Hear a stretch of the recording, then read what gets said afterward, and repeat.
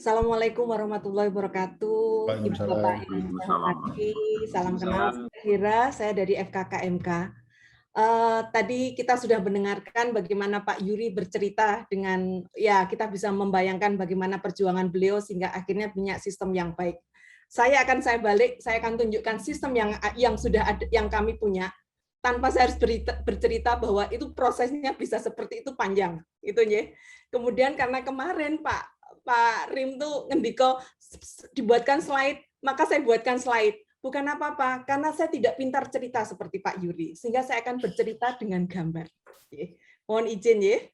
Jadi bukan kuliah, bukan ini sekedar cerita saja. Apakah sudah terlihat? Sampun. Sampun, Bu. Ada beberapa, karena ini beberapa hal saya lewati saja. Jadi sebetulnya, nah kita istilahnya vaksinasi drive-thru atau layanan tanpa turun.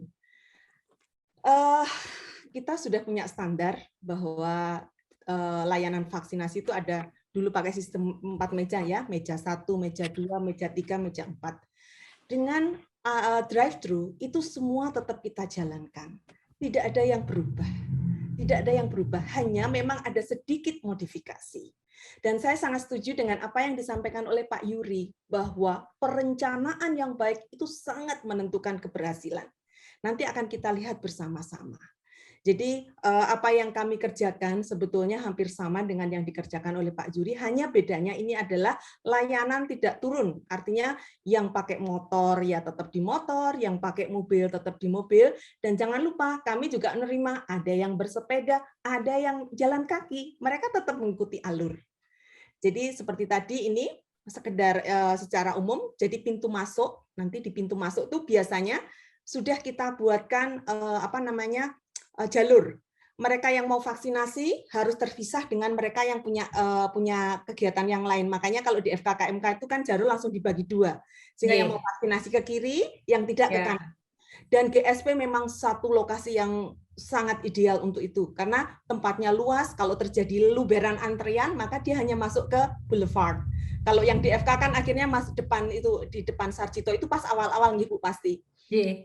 Kalau saya boleh cerita sejarahnya, kami memulai drive-thru itu adalah pada hari Kamis 18 Juli 2021. Awalnya adalah kerjasama FKKMK dengan Sarjito. Karena apa? Sarjito kan memang memberikan vaksinasi. Tetapi vaksinasi di Sarjito itu kadang banyak masalah. Kenapa? Sarjito itu sentral COVID. Orang kalau datang ke Sarjito, dan kadang-kadang memang agak membingungkan, sehingga yang mau vaksin itu bisa keliru. Jadi kemana-mana sehingga mereka berisiko. Sehingga akhirnya kenapa tidak dilakukan di FKKMK? Nah, kemudian dilakukan di FKKMK dengan konsep vaksin saomah. Vaksin saomah itu adalah memberikan vaksinasi terhadap orang satu rumah. Kan kadang-kadang kita vaksin hanya pada misalnya pegawai negeri, hanya pada pelajar. Enggak, itu satu omah itu artinya ya bapak, ibu, anak, termasuk orang-orang yang ada dalam keluarga tersebut. Misalnya kita punya asisten rumah tangga, kita punya sopir, itu masuk di dalam konsep vaksinasi saomah. Saomah berangkat sak mobil, divaksin, selesai semua. Jadi itu konsep awalnya.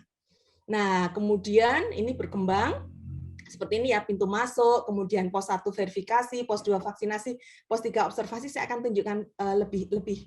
Nah, ketika kita menetapkan akan melakukan drive-thru, maka kita harus pilih lokasi yang luas, yang memungkinkan dibuat satu arah. Jangan sampai ada bolak-balik, karena itu sangat risiko nanti terjadi kesalahan.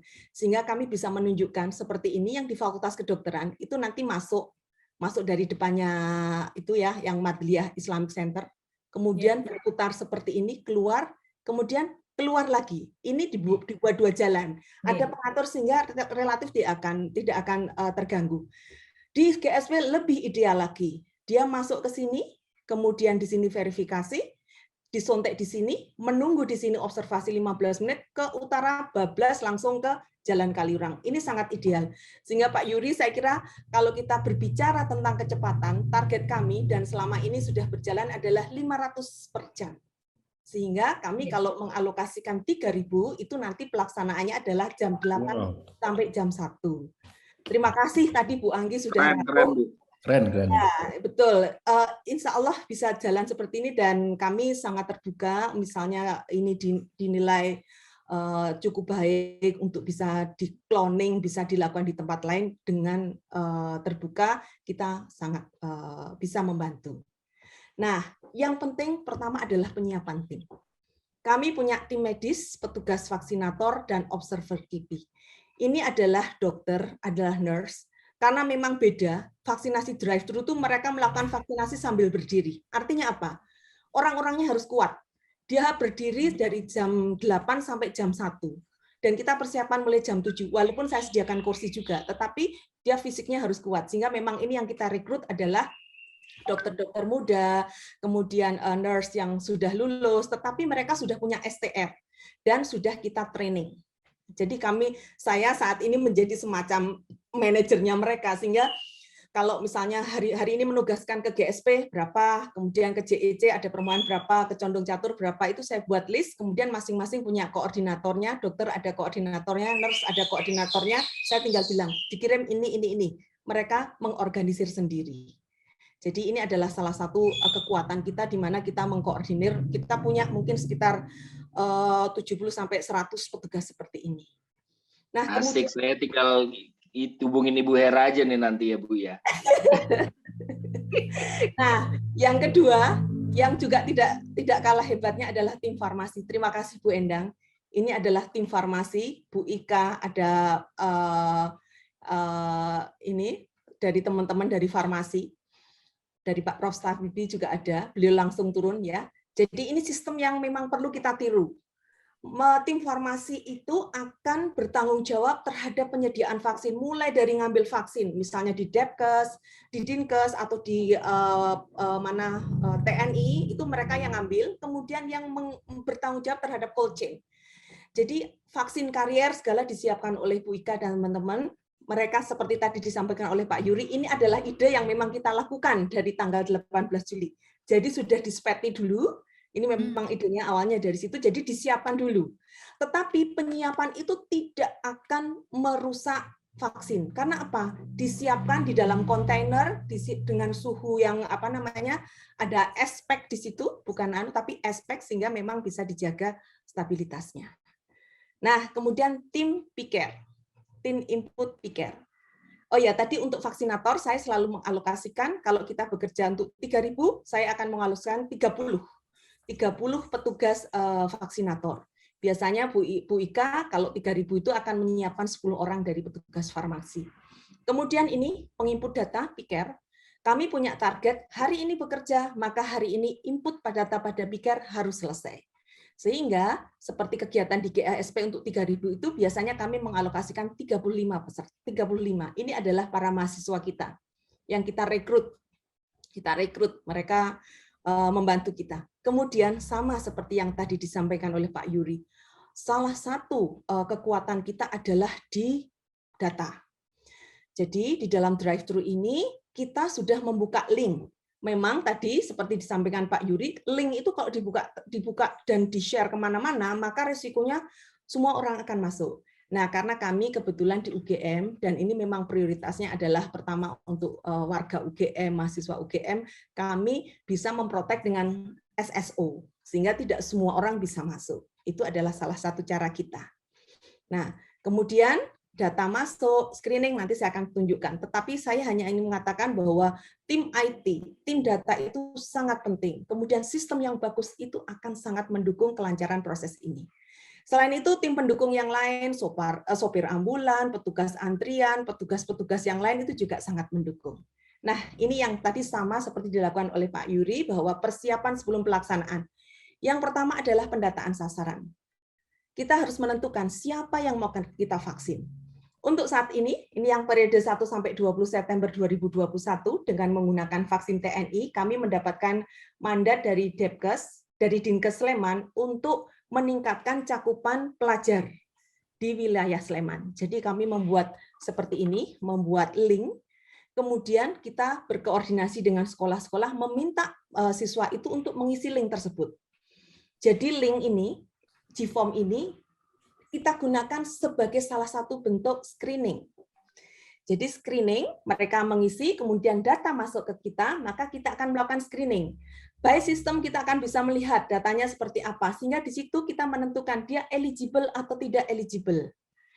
Tidak, nah kita bisa lihat di sini. Nih, kita biasanya kalau konvensional pakai yang kiri, kemudian ini kita tuangkan dalam Gform sehingga nanti mereka mengisi data-data itu sama. Cuman bedanya kami punya datanya karena sudah tersimpan di dalam Gform. Sebentar. Nah, setelah screening, kemudian yang berikutnya adalah pengiriman undangan. Kita sangat terbantu dengan WA Blast, karena WA Blast itu akan memudahkan kita. Biasanya kami mengirim undangan adalah H-1. Jadi kegiatan hari Rebo, kami undangnya adalah Selasa. Di WA undangan tersebut sudah kita tuliskan apa yang perlu mereka siapkan. Mereka harus bawa fotokopi KTP, mereka harus menunjukkan WA undangan ke petugas, mereka harus bawa ballpoint karena untuk mengisi, mereka harus berpakaian yang mudah untuk disuntik dan seterusnya. Itu sudah kita tuliskan, termasuk nanti kalau ada KIPI mereka harus kemana. Termasuk kalau ada pertanyaan-pertanyaan tentang COVID dan vaksinasi, mereka kemana, itu kita siapkan. Kemudian persiapan pelaksanaan saya kira sama itu. Nah, sebentar kembali. Ya. Nah, ini pos pintu masuk. Kita harus membedakan mana yang peserta vaksin, mana yang tidak. Kemudian di pos pintu masuk sama seperti yang dilakukan oleh Pak Yuri itu, petugas harus memastikan bahwa peserta ini sudah membawa undangan. Karena memang drive-thru itu kita desain tidak untuk on spot. Jadi untuk mereka yang sudah terdaftar, karena hanya mereka yang terdaftarlah yang kami punya datanya. Walaupun pada pelaksanaannya juga kita kadang-kadang masih bisa menerima, asal kita bisa melakukan screening. Nah, kemudian ketika akan masuk, petugas akan melakukan screening suhu, memastikan bahwa mereka yang masuk ke lokasi tersebut tidak panas. Kemudian kami juga punya flyer. Flyer itu adalah flyer mengenai alur, sehingga mereka bisa melihat, oh, saya dari sini harus ke sana, harus ke sana, harus ke sana.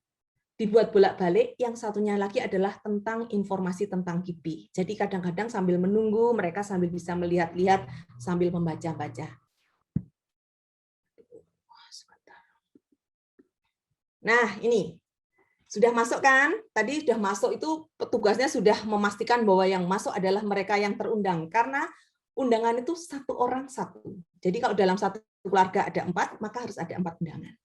Nah, di pos 1 verifikasi data ini, petugas akan memverifikasi, memastikan bahwa mereka sudah terdaftar. Petugas juga memastikan bahwa peserta membawa kopian identitas. Saya kira ini sangat penting, karena kita mengantisipasi nanti ada masalah dengan entry data di PICARE, sehingga semua wajib membawa kopian identitas.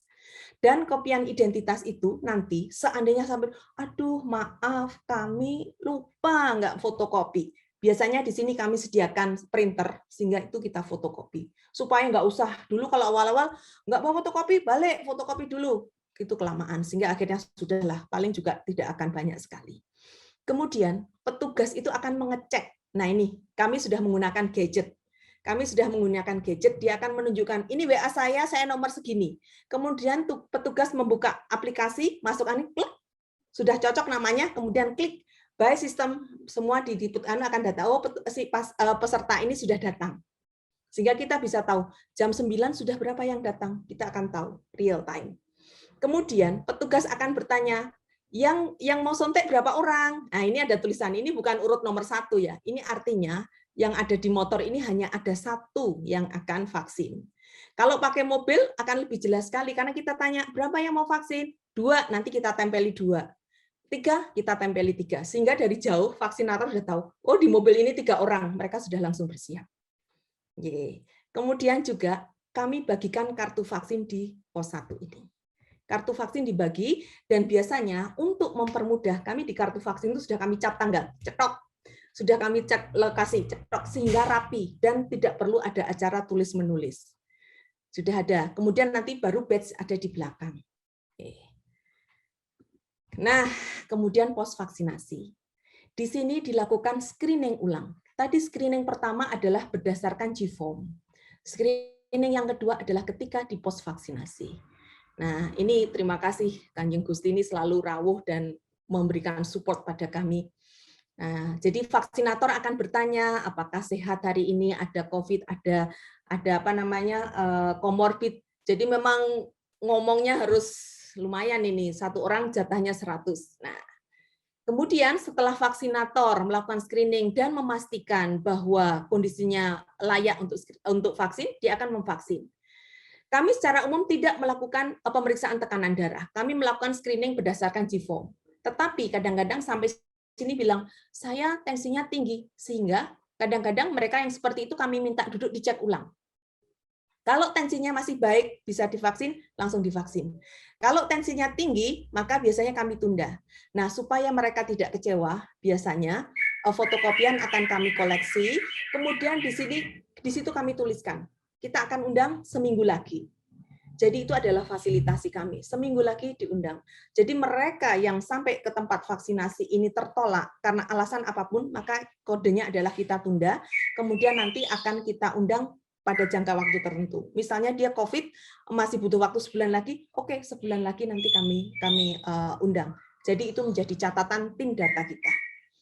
Nah, di sini Bapak Ibu bisa melihat, bisa naik mobil, bisa naik motor, yang jalan kaki juga kami layani, yang naik sepeda juga ada, yang naik taksi dan segalanya. Sepeda seperti ini. Yang naik sepeda itu bisa dua pilihan. Ini yang contoh di Fakultas Kedokteran itu dia tetap saya mau duduk di sini. Yang ini yang di GSP karena yang satu sambil takut nih lihat tangannya sambil nutup-nutup itu kami persilahkan duduk.